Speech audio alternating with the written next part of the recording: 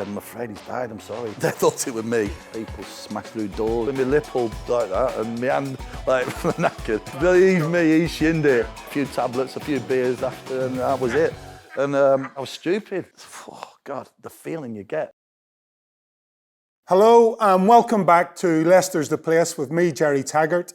And of course, my life wouldn't be complete. In fact, nobody's life would be complete without my co-host and good friend, Big Matty Elliott. Now, where do I start with this guest today? A player who made one short of 450 appearances for the Foxes, affectionately known as Captain Fantastic, and made Wembley his second home during the 90s. It is, of course, the one, the only, Mr. Steve Walsh. Welcome, Walshy. Thank you, lads. Yeah, good to see you. Good to see you, Matthew. It's good. Right, it's a pleasure. Are you being nice today, Tex? Well, I'm being very nice. That's a nice intro. Yeah, I'm liking that. I had a nice evening. You're right. Staying over at my son's house for a change. Good night's kip, did you? Well looked after. They were running round fussing me. We'll try it more I often. woke up this morning with a smile on my face. Try it more often, mate. Yeah. And you paid for the Chinese as well? And I paid for the Chinese. There you go. Absolutely. Wow. No, that is a rarity. Yeah. There we go. So, well, let's get into it then, mate. Born in Preston. You started your career at Wigan Athletic. Spent 4 years there. Won a bit of silverware. What were your early years at Wigan Athletic like? Do you remember them? And what sort of time was it there? Yeah. I Can you remember them all? You know what? They were great years for me. You know, coming through the system as such. You know, as a young lad in Preston and Blackpool leagues, I was signed originally by Alan Ball for Blackpool on a non-contract basis. That was my first. I was only 15, I think, then at the time. And then within a year I'd left and just pushed to one side kind of thing. Larry Lloyd was the manager of Wigan Athletic, so he signed me. You know, I went for a trial at Preston, went for a trial at Wigan, and he saw something in me that was similar to himself, and my career just, you know, within a few months I was playing at Main Road. Making my debut for Wigan Athletic, my first professional game against Man City in the Milk Cup. So Joe Corrigan played, I think Asa Hartford and players like that. So we're going back a long time. So it was fantastic. I had a stormer of a game and never looked back. That was my career started. I had 4 wonderful years at Wigan. They'd come up from the 4th, Wigan, and I was playing in the 3rd. Derby County were in that at the time, and in the 4th year I was in, I think we just missed out on promotion by a point, and Derby County just that was the time when they got out of that division. Right, so you know, they never went back in there. So it should have been Wigan, but we got the 4 players, myself, who else was there? Mike Newell, Tony Kelly, and Warren Aspinall got sold, and they were all on. We'd scored 14, 15 goals each in that season, and it was a shame because Wigan would have got promotion. And you know, scoring goals back then. Well, I got a few. I got 4 goals in total. Yeah, it wasn't really, you know, I didn't have the knack, you know, as not bad. Yeah, it was okay, but you know, I was. Colin Methven was a centre half and tough Scotsman, and God, it was, you know, I'd make a cup of tea for him at half time and things like that. You couldn't walk through the dressing room and, you know, anything like that. And I learnt my trade, you know, seen things, you know, happen on a pitch that would never, ever, you know, people smash through doors and stuff that I had to stand up for myself. And, you know, that's when I first kind of met that Billy Whitehurst, which I know I've told the stories shiver before. through your spine. Yeah, he was like the toughest tank I've ever played against, you know, and, you know, I learned a lot through I stood up for myself, and it all started there, and the antics and because I was one of these people, you know, you hurt me, I'm going to hurt you back, as simple as that. There's a lot going around there, wasn't it? But it was, and I did good some schooling. stupid things. Yeah, so Brian Hamilton then was, you know, we got to Wembley through the Freight Rover. Freight Rover final, trophy, yeah. So it was my first time, you know, and for my family and everything, it was a great occasion. Yeah, no, you know. absolutely. Playing at Wembley, you know, like my dad always used to say, it's not many people get that opportunity. You know, Tom Finney played only once, I think, or never, you know. And yet, I'm looking at the fact that I'm there now, and you know, I had You remember the day? I remember the day. Yeah, it was a hot day. Brentford we played. We won 3-1. I think Tony Kelly scored, and was it David Lowe? I'm not sure exactly who scored. I can't remember who scored all the goals. But I didn't have a great game, to be honest with you. I'd be 18, 19. Well, there you Yeah. go. And I've made my debut at 17, obviously. And I got quite a lot of league games in. But then, obviously, after that, playing 17, level. put straight in, yeah. Back then. Yeah. But that's how it was. And Baptism of fire, that, Yeah, isn't it, really? It is That against level against those opponents. Billy Oh, Whitehurst yeah. and the like. Yeah, but soon you soon learn. You know, but You have to. So Brian Hamilton then became the manager, you know, and I played against Leicester, ironically, in the Manx Cup. You know, a year before I signed for Leicester, and Gordon Milne was there, and Terry Shipman was the chairman, and because I saw Milne about at the end of last season, he came up into my room in the gallery with Ian Wilson, who I made my debut with, but Milne was telling me the story of how I'd signed for Leicester, you see, because it was him, and I think something happened where I got pushed into like Terry Shipman, and he were going to throw the ball back, and I pushed him and grabbed the ball and threw it in, and he said, "We'll get him." You know, Milne said we should sign him on. Yeah. So that's how it all kind of started, and obviously I came down. From Wigan Athletic. I'll just go back again because I broke my leg the year before in a Tuesday night against Preston North End, my hometown team. A lot of people have heard the story. I'll just quickly, you know, like I say, it was a Tuesday night. I was clipping the ball line, and it came right through, and I knew I'd done some damage, you know, really bad.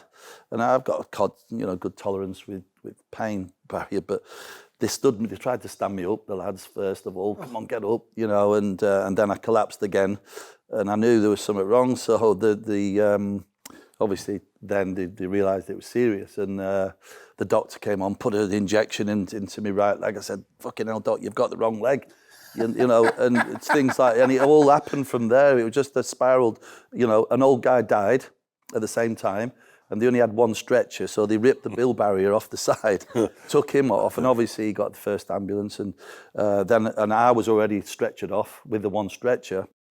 My family were all here, come downstairs worried, and you know, from the stand, and my dad must have said to there was a cop next to the ambulance, "Is he all right?"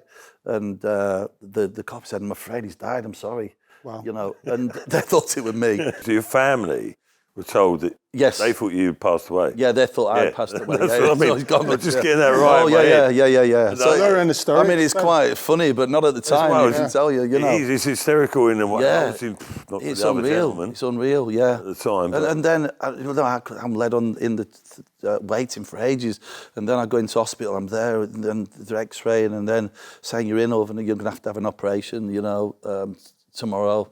So I suppose you're quite relieved at that point. Well, I was. At least I knew what was going on. Yeah. I haven't passed away. I'm having an op. And Graham Barrow, my best mate, he played for Wigan. He was a tough lad. And he started playing at 27 football. And he brought his lad in, and his lad pulled the weights down. My leg went up.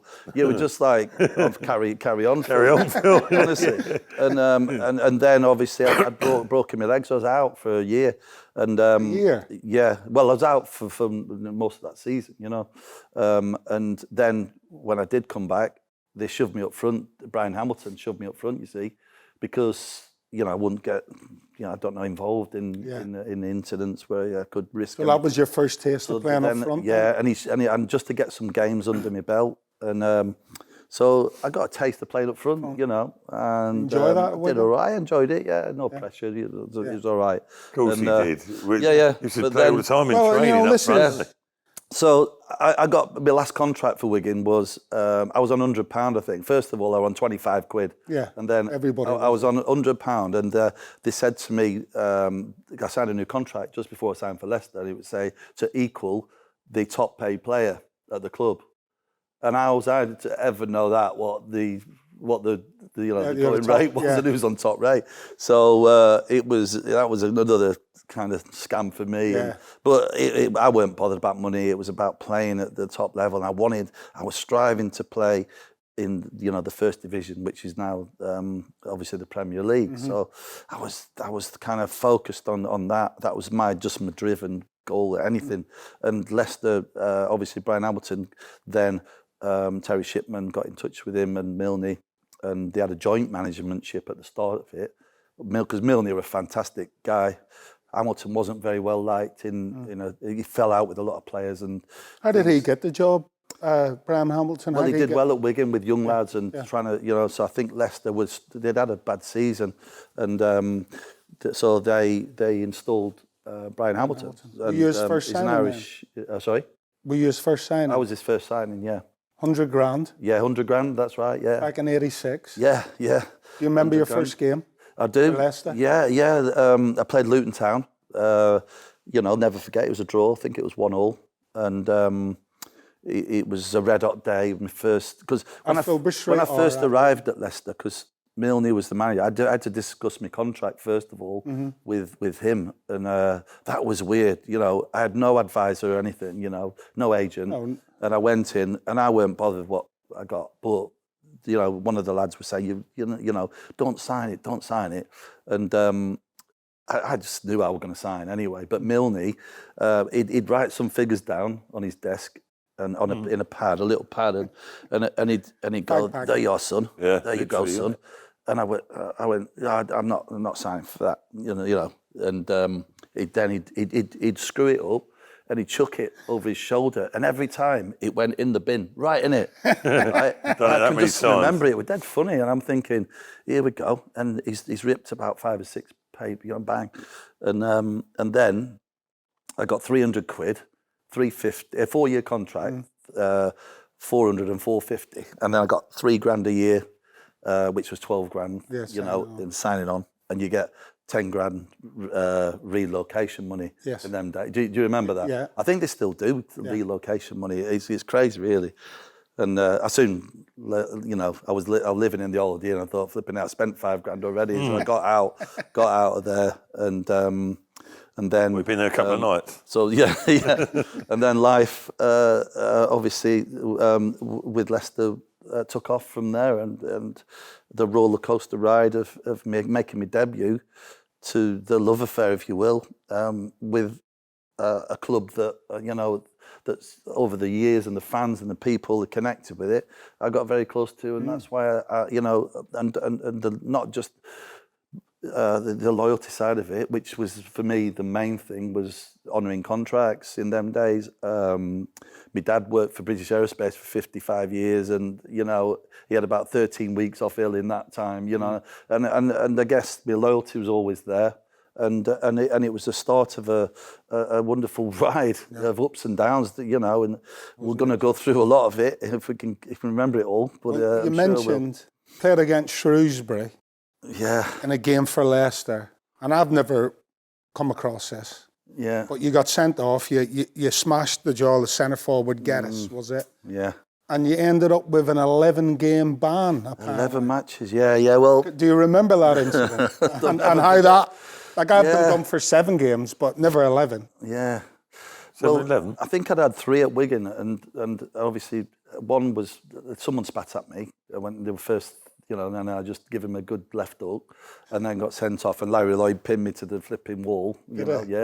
Slapping me face and things like that. That's he can talk.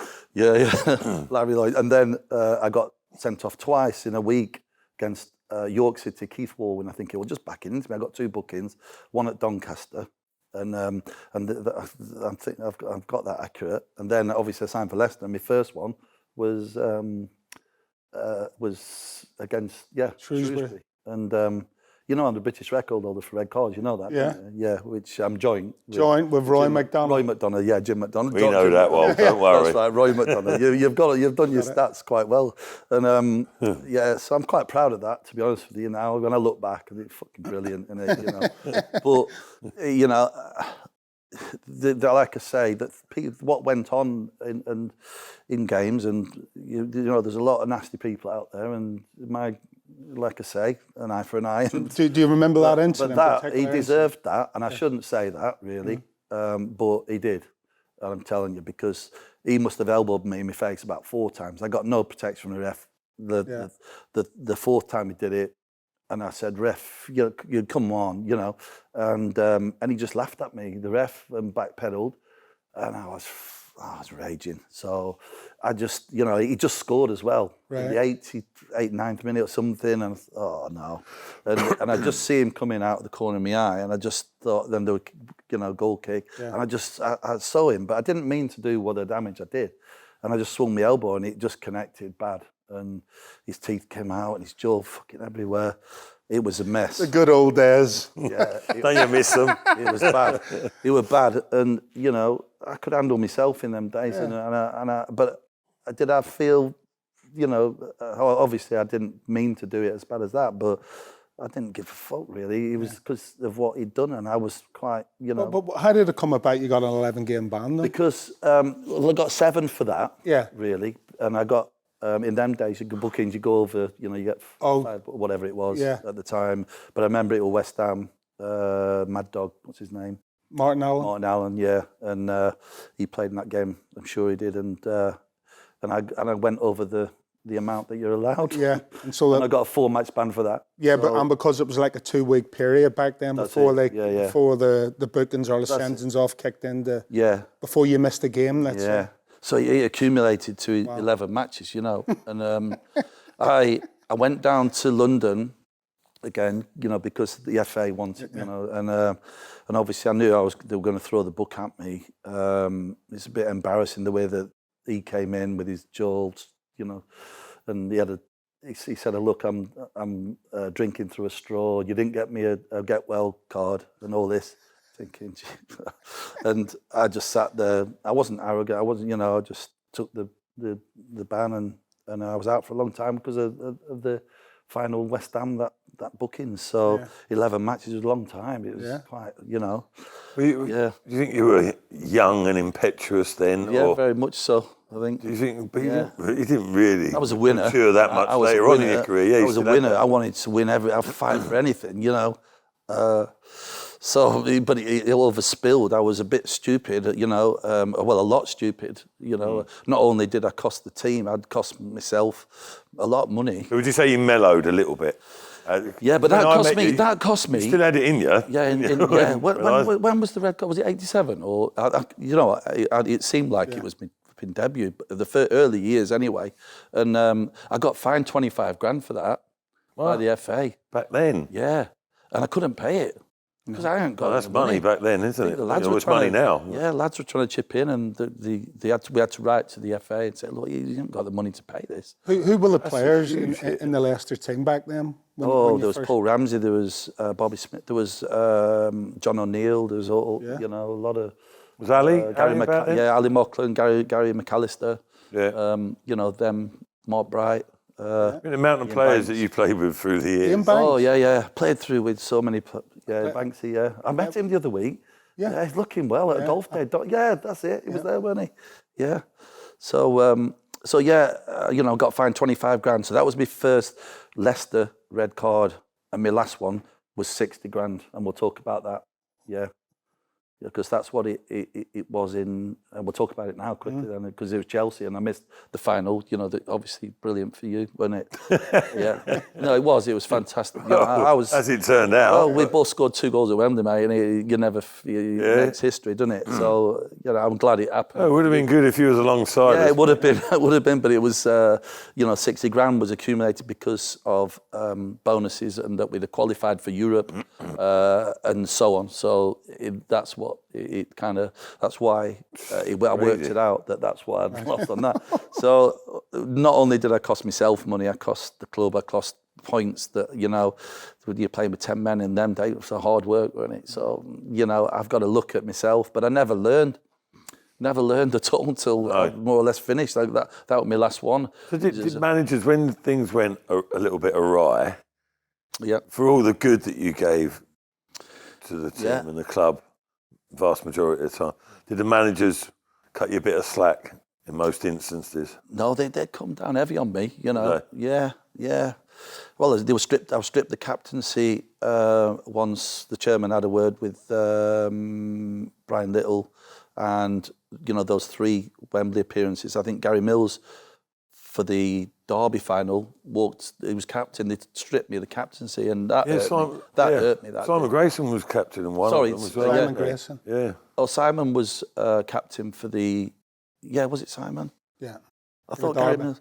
Yeah, I'm getting confused. Oh, was he? Was it Simon? Yeah. Yeah. Oh, well, there you go. Because he was the first Yeah.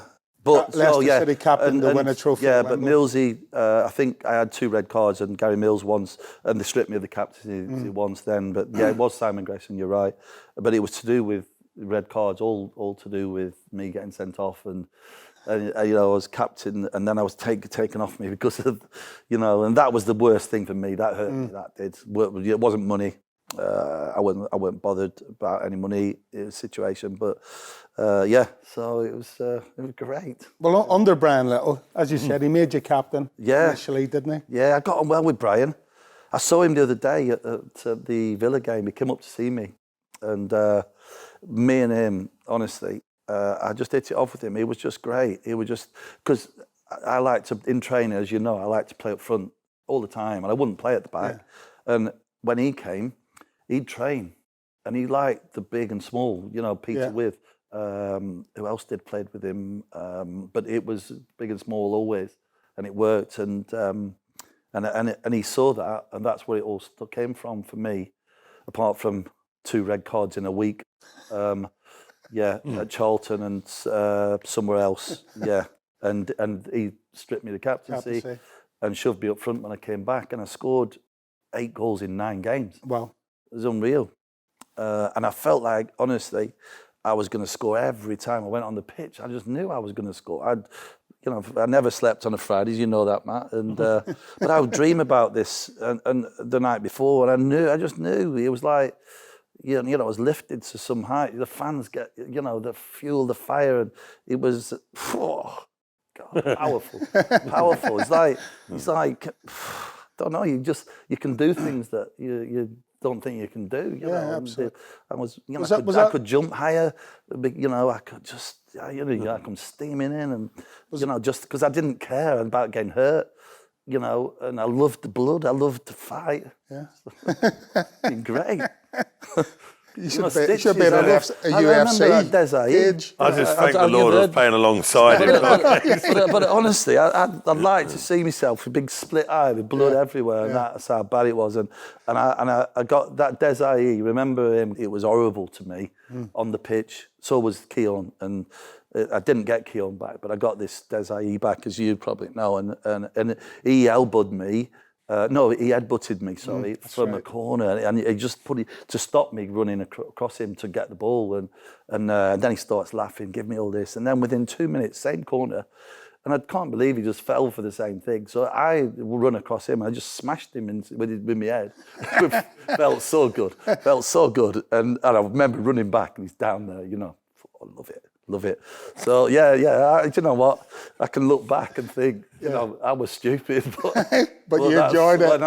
But you know, like you say, I think, like you say, Matt, you know, the good things I did, you know, and the bad things are all part of the makeup of how I played and how so of the Steve Walsh legend. Oh God, unbelievable, really. You know, when I think back. 14 years, mate. Yeah, it's a long time, but like I say, it was a love affair because I got very close to the people, the fans, the players that came in, you know, and no one was gonna like kind of knock me off that mantle, if you will, without, you know, having to give everything. And I think that I like to, because you lads were great. I'd always, you know, fit in with you lads because I'd help you, and I was like the father figure of the team because I was the older. I didn't realise, that Muzzy's he's playing alongside me, but he's 10 years younger than me. I didn't realise you were 5 or 6 years. You don't think about that, do you, when you're playing? What were you, 4 years? It's only 4 years or so. Well, yeah, but you're still a lot younger. There was a sort of... Yeah, and I felt era, our protection thing over the players because we had some good lads and and that's why, we got the successes because we were together and we had spirit, we had that camaraderie that you needed to... I remember when coming to the club initially, people, obviously I'd heard about you. I don't think we'd actually played against each other, bizarrely enough. No. I'd heard about you, and part of me, I was thinking, great move for myself, and then I'm like, because there was sort of rumours, people were saying, that's a semi-replacement for yourself, but it was too early for that, wasn't it? Yeah. Too early for that, but... I was told I was finished by a doctor's when I did my knee, but it was great. But I'll just interrupt you because when you came, when Tags, when Muzzy came, when Lennon came, them two midfielders in front of us, kept me going for another 5-6 years without a shadow of a doubt. Yeah, it was incredible. We could just see the picture from the back, and it was so easy because we were very opposite. In the ways and demeanours and styles. Again, you was a bit similar to me and tough and you're brave and Matt could play. He had this little turn and and it was such a good... couldn't imagine how you could do that turn with the size of his legs. Unbelievable. Yeah, you do me every time. You do me sometimes. I'm looking at him and thinking, flipping X, and come out with the ball and he became, a man and a player, as the years went, I believe, when you were 20. Yeah, well, it was nice that you say that, but I mean, I think Gerry as well, probably to a lesser extent, you came sort of just after Tags, didn't you? And sometimes we played Martin with told each me other, that didn't he? All he was three of coming us. to replace me, and I understood because I was coming to the end. But even that gave you another boost. He did. It kind of spurred me on to not give up and finish there because I had unfinished business really. And, I was coming to the end though. The injuries were taking its toll and, I was having tablets every day, just to train and just to play. It was that's come to the point as I remember Martin O'Neill pulled me on a pre-season trip and he says, you were the captain. It was just a given. Yeah. And then Martin said, Paddy, what do you think about being captain? Yeah. And I was like a bit embarrassed. I was looking around to see where you were. I was like, well, what do you mean? What about Walshy? I knew. And he said, no, but I was speaking to Walsh. Walshy's going to be club captain. Yeah. Because your games are getting less and less. Yeah, and I was playing less. I'll be that's right. playing captain, even though you carried on playing at the time. Yeah, that's right. And I was like, well, if it's all right with Walshy, yeah. But I didn't want to step on your toes. No, but it was, for me, it was the right steps to go forward for the club and for the team. I understood that, and we'll go on to why I left, but it shouldn't, I still should have been there for a few more years than, just to, even though I wasn't in a playing capacity. I think the lads needed me, I think the team needed me, and, yet I was quickly gone like that. You mentioned your injuries. Yeah, I suffered. How many operations? I had about 25, 26 operations. You got a world record for that as well, haven't you? But again... that's quite incredible. I was telling you earlier about that boxer stuff. It's got all my medical records in. It's incredible what the doctors have said and what the diagnosis... This is your dad? I had the most weird injuries you've ever your dad, seen. Well, yeah? He boxed them all up. Kept a box with everything in. Yeah, sorry. Honestly... my first Leicester injury, right? And I was having this at Wigan. I used to go down every first half of the game, every time, I couldn't feel my legs downwards at all, both of them, right? Wow. It just went numb. I couldn't feel anything. So I'd go down, physio come on, and, within a few minutes, I feel all right again. Get up. And it happened so many years. I was going to have tests in the Leicester Hospital with needles in, on a running machine, and about eight needles in my calf, trying to find out, was there narrowing in the arteries behind your knees? Is this? That's what they were saying. And then Mike Allen, because he was the first, private,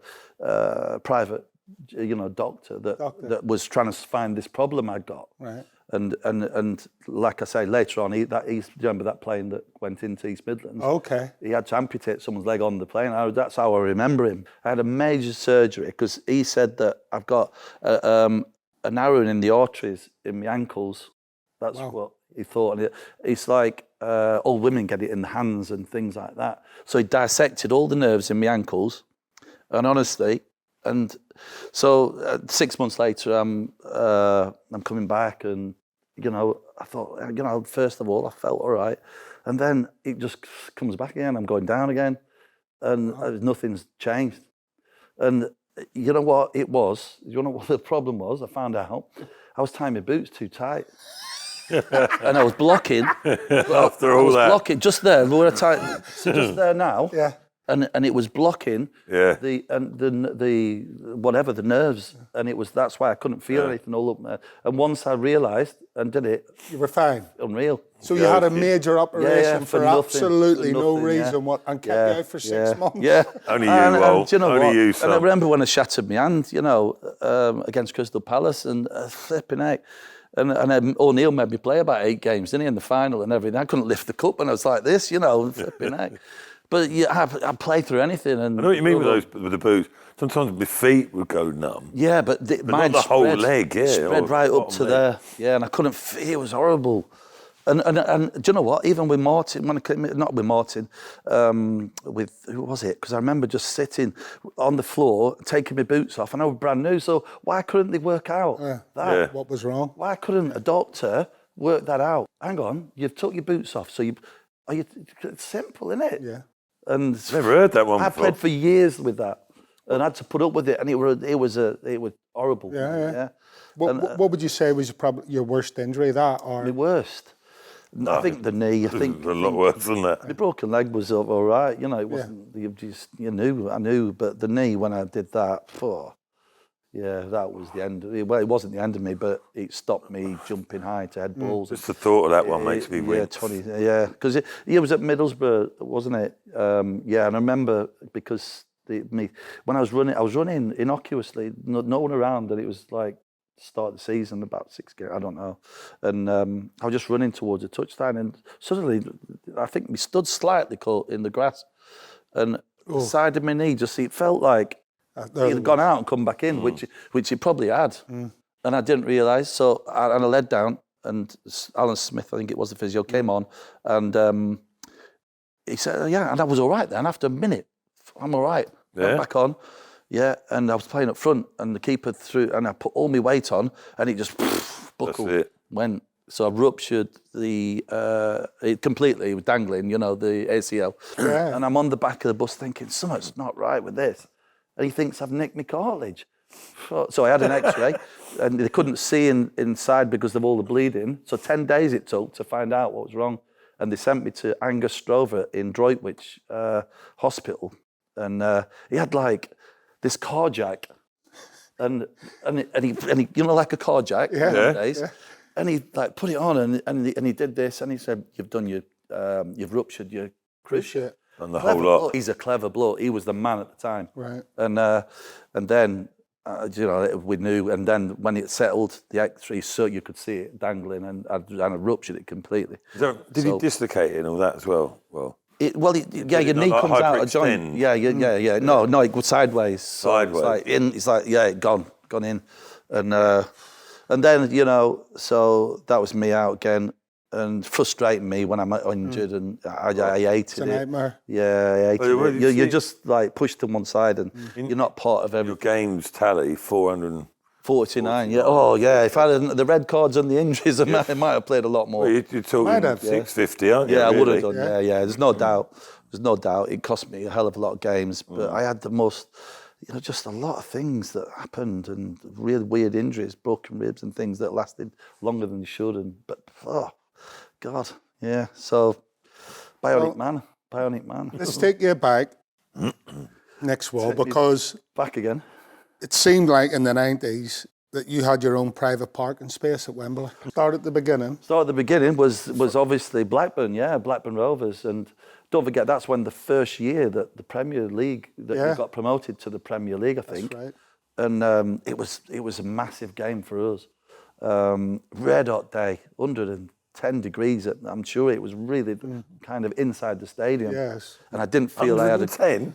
Yeah, it was over 100. Yeah, 100. I'm sure it was touching that. Someone said that. Yeah, but it was over 100 anyway. But it was a red hot day, and I didn't feel like I had the best of the weather conditions, big lads. No, I didn't. It was hard. You had a little ding dong with Speedy, didn't you? Speedy, yeah, David Speedy. That's where it all started with Speedo. Yeah, and I felt he dived. I remember him. He turned and the ball went through my legs back, and he didn't mean to do that. And he tried to, like a lot of strikers do. He wasn't bad. Yeah, he was a good shot player. But he's an angry man. He's on the pitch. Yeah, horrible. And but it weren't a penalty for me. Definitely not. A lot of people say. He turned into me and just threw himself back. Oh, no, he threw himself forward. He was shifty, wasn't he? Yeah, he was. And he ended up with Leicester not long after, didn't he? Yeah, that's it. Yeah, he did. Yeah. I remember that the first day he came, because I was... he was on the treatment table for something, and on his first day, I think I've got to go and see this guy. So I thought, I'm going to go and let him know that it was a dive. So I went in, and he started effing and blinding at me. So I pinned him down by his throat, said, "You better behave yourself." So it was just hilarious, Yeah. And he's not shy, is he? No. And that was the start of a relationship. Did you get on with him all right? Yeah, I got on with him, because me and him played up front, and again, it was big and small, and we played well, scoring goals. In the end, I get to know him, and, I speak to him, but still begrudge, hate him for that dive. Yeah. So that was Blackburn. First one. And there was heartbreak, really, because that was what I was desperate to get back into the top level. The first division I signed, which was Premier League, and I had to play at the top level. I wanted to play against the best players, against the best teams. Brian Little came on the understanding that he said it was a 3-year project that and now we played 3 years. We're Wembley every year. Yeah. So Swindon was the next one. Mm-hmm. What do you remember of that? I think I got 16 goals that season. Prolific. Yeah, 15, 16 goals. I remember playing against you that season. You played up front and you were a proper handful. Yeah, and it was like I say, I was put up front, because that was another.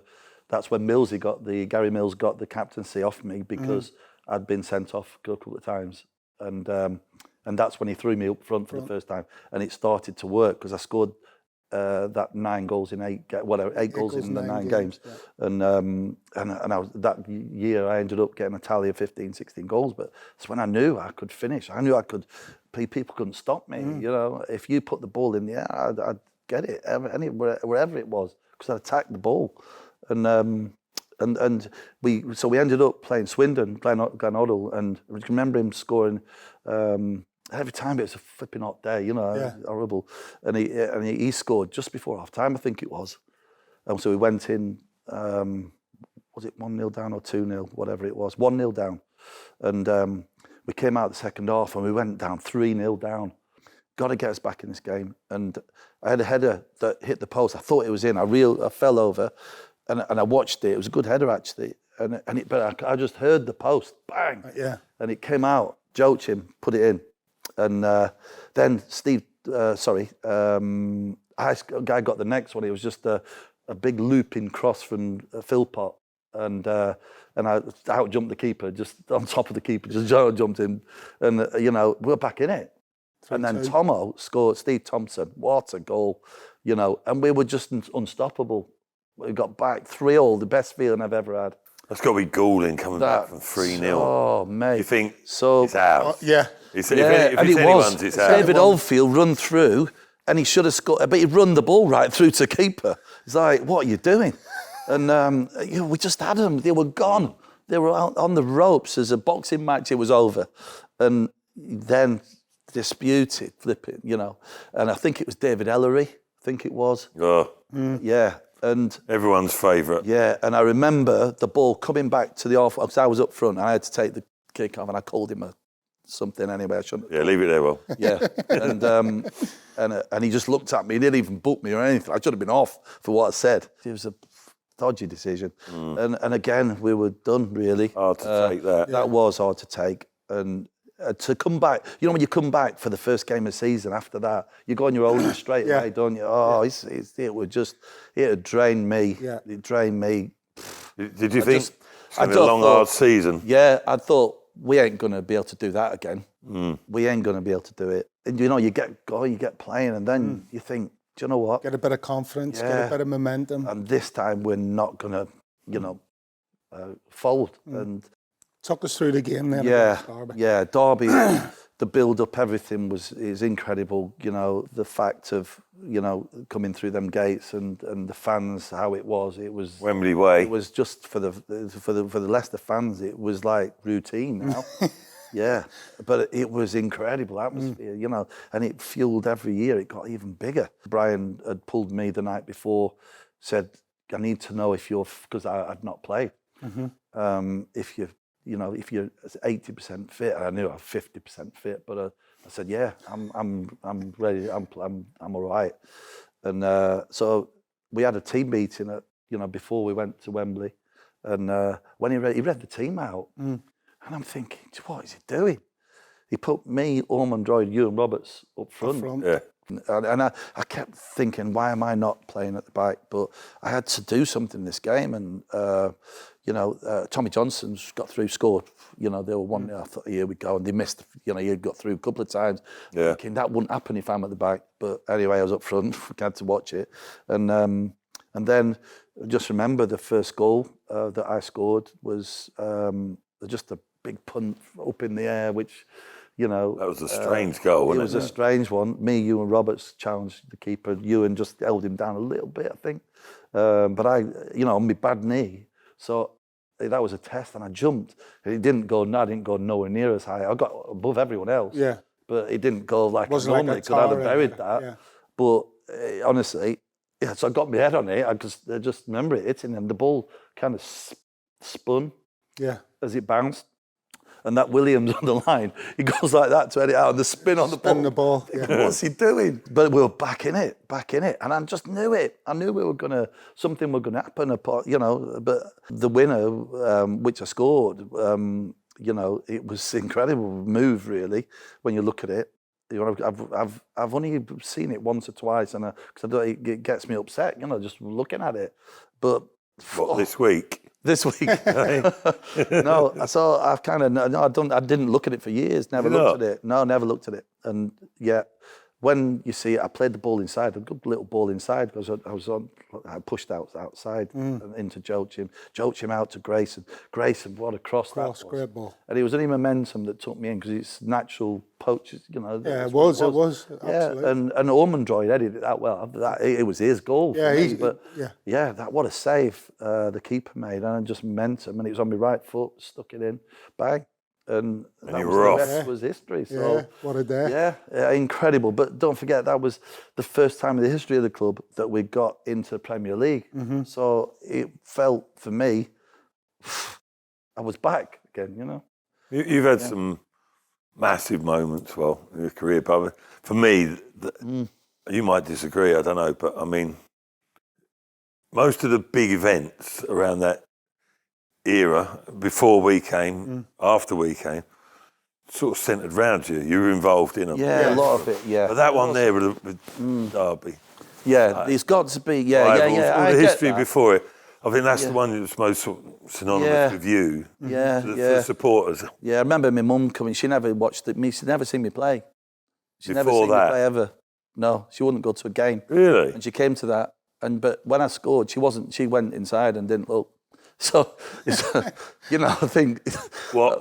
You knew you scored, or she missed it? She didn't. She went in. She couldn't handle it. All the time she went and just had a drink. That's mad, isn't it? Yeah. Never saw you play. Yeah, so my dad obviously took me everywhere, and, it was great. But I get that. I get the importance, for me, of what I wanted to, where I wanted to be. The fact of three times being there, as well as me being injured, the whole thing for me. Massive. When I'd score a goal at Filbert Street, and I scored a lot in that Cop End because of the fans, and,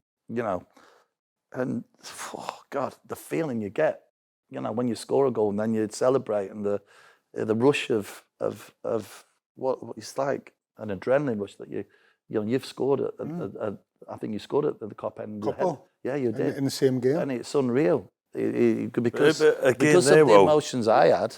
Well, sorry to cut in there, but without being a bit sort of melodramatic, whatever. But say I scored, Gerry scored, other people scored. There was something about a Steve Walsh goal in front of the Cop. Because it happened, I don't know, I suppose because it was like the duration of your career. Yeah, I think so. That was like a big moment. And like I said to you earlier, another Walsh goal. Yeah, I was brought to, to this affinity with the fan, affection and the emotions. Every time you went on the pitch, it's emotional. I think it was 2 years later, was it? Crystal Palace? Yeah, Crystal Palace. Oh, of course, yeah. I'm forgetting now, yeah. Yeah, Palace, a big year for when you look at the transition from where we came from. Because don't forget, Brian Little, the signings and the team that we had was nothing like what honestly, you look at some of the players, but they were 100% players. They were, they couldn't really play, but their team spirit was good. But then we moved on to a different level. Martin arrived. We started to get new signings. We got yourself. You were 97 though, weren't you? Yeah. 96 with Muzzy. Appeared on the scene. Yeah, that's right. And so I think we finished sixth in the league, which scraped in. Yeah, because I'll never forget Muzzy's Watford. Taylor was the man. Not Peter, what's his name? Graham Taylor. Lovely fella he was. And we needed, Muzzy scored this header and we won 1-0 because we could defend as well. Yeah. So it was fantastic. We got there again, but we had to beat. I just can still remember Charlton and Palace away. That's when I broke my hand. I'm sure it was. Right. Yeah, in the away game before Wembley. So right. And I shattered it all. It was a mess. And Martin, we agreed. I'll have an operation if we get to the final. Yeah. So we got there again, and I knew we were going to win this game. This is one I just felt that we'd done Palace in that 1-0, and I remember lovely tackle on that Hopkins. You can hear it round Wembley Stadium. It was brilliant, and I just knew from the start. I was a bit nervous in that game. My first ball came. I remember the ball coming back to me right at the start of the game, and I kicked it out of play. By just pure nerves, but then I really got into it. And, usual. But that lovely pass from Muzzy who got that penalty. So it was a good assist for me there. Hey, that wasn't bad. Yeah, it was a good pass. That was. And, but it was incredible because we were back in this game 1-1, and I just knew we were going to win. But he brought me off as well, did Martin, and obviously I was a bit annoyed with that, to be honest. I wasn't. Well, you would be. I was knackered, must admit. So you're probably the right decision when I look back in hindsight. But I wanted to be part of that. Getting over the line, and yet, when he brought Spider Calac on, I thought, Pooley's better than him at penalties. I knew he was. Pooley, much better keeper to save them penalties. And Martin must have been thinking, we've got more of a chance with this keeper, because he's tall, and he's 6 foot flipping whatever. But he was weak. He couldn't handle pressure. Pooley would have saved every penalty, I'm telling you. And I'm thinking, geez, no way. And then obviously Clary shins it. A classic. And believe me, he shinned it. Yeah, and he'll have it. No chance. Every time I speak to him, no chance. He shinned that. But it didn't matter. It was incredible. So we'd done it again. Yeah. And, yeah. Superb. I lifted the trophy with my lip all like that and my hand like knackered. And I went, do you know what? It was funny because I had the operation straight away and it was a mess. And I had a cast on. And I went away with Simon Grace and a few lads to Portugal golfing. Wow. And do you know what? I'm walking around thinking, I can't play golf. This is shit, right? And do you know what? I played. I went to the doctors. Do you know what I did? I went to a flipping pharmacia, and I said, cut this off. right? No way. Honestly, they cut it off and they opened it up. And when I seen it, I went, for fuck's sake. Oh, what a mess. Wow. And I played golf, but it was just unreal. Yeah, a few tablets, a few beers after, and that was it. And yeah, so it was incredible. I was stupid, just crazy. But I just think it spoiled my holiday. You know, Your I'm playing holiday? golf and I'm like walking around. I can't play. Yeah. Brilliant. Yeah. You win? So, no, I never won anything. But it's just the taking part and being part of the. Did have that slice? Yeah, yeah, you still got You're that. in. I think that's where it came from. Yeah, probably, mate. I can blame my hand for that. Well, it wasn't long, So Mark. 96, that was Yeah. momentous year. When you look, 92, 93, 94, 96, 97, 99, 2000, which I should have been there. But that would have been. You cemented Do you under know that Martin. I've scored the most goals at Wembley for a Leicester City player? 3. 3. Yeah, I just thought I'd tell you that. Yeah. You're telling the fans. You got that, lads, yeah. I'm proud of that. Okay, everybody. So that's it for part 1.